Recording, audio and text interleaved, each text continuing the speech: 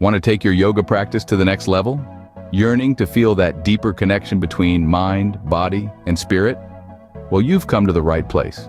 Today, we delve into the world of advanced yoga poses, breaking them down step by step and exploring their numerous benefits. Imagine standing tall, your body forming a perfect triangle against the backdrop of a serene sunrise. This is Trikonasana, or the triangle pose. Start by standing straight, then step your feet apart, about leg-length distance. Turn your right foot out to 90 degrees and your left foot slightly inwards. Extend your arms to the sides, then bend at your hip, reaching your right hand down to your ankle, and your left arm up to the sky. Feel the stretch, the strength, the balance. Trikonasana helps to stretch and strengthen the thighs, knees, and ankles while also stimulating the abdominal organs. Next, envision yourself in Ardha Chandrasana, the half-moon pose. From Trikonasana, bend your front knee slightly and reach your right hand a foot forward. Shift your weight onto your right foot and lift your left leg parallel to the floor. Extend your left arm towards the ceiling, opening your chest.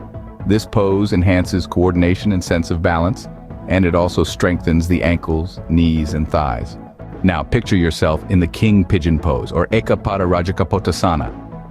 Begin in a downward-facing dog, then bring your right knee forward to your right hand and your right ankle to your left hand.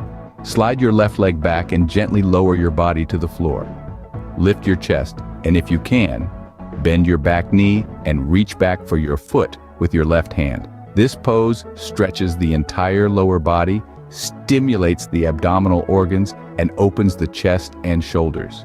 Each of these advanced poses not only challenges your body, but also your mind and spirit. They allow you to push your boundaries, enhancing your strength, flexibility, and balance. They also stimulate your internal organs, promoting better digestion, circulation, and respiration.